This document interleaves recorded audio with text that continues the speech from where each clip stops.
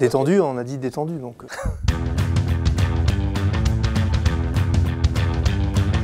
Rennes a l'ambition de devenir la capitale mondiale du bien manger. C'est effectivement beaucoup de kilomètres parcourus, des usines construites, des collaborateurs recrutés, mais c'est surtout une super aventure humaine. Diana Food est né en fait de la valorisation des carcasses de volaille pour en faire des ingrédients justement pour les industriels de l'agroalimentaire, notamment pour les soupes, les sauces, les bouillons. On a beaucoup grossi. Par acquisition, on a construit des nouvelles usines sur les filières carnées, mais aussi sur les filières végétales, les fruits, les légumes. Naturel.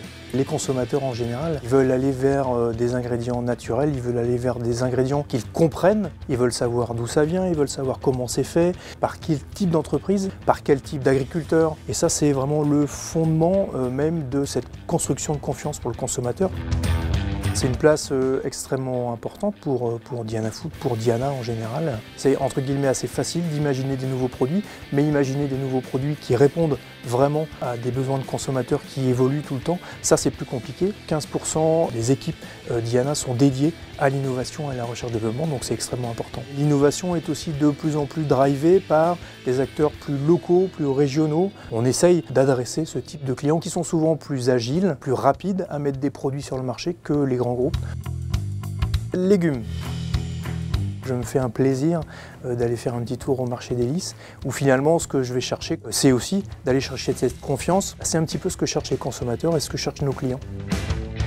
Rennes, c'est une plateforme internationale assez idéale. On est proche de beaucoup d'aéroports, on est proche de Paris. La ville nous a aidés sur l'acquisition du terrain et nous a aussi aidés à accélérer un certain nombre de démarches administratives. Donc on a toujours senti le soutien de la ville derrière notre projet. Être à Rennes, dans une ville aussi bien cotée en termes de qualité de vie, etc., c'est sûr que c'est un avantage pour attirer des nouveaux talents. Et puis à Rennes, on trouve aussi des collaborations extrêmement intéressantes pour nos métiers, que ce soit avec l'Agrocampus à proximité, que ce soit avec Rennes School of Business.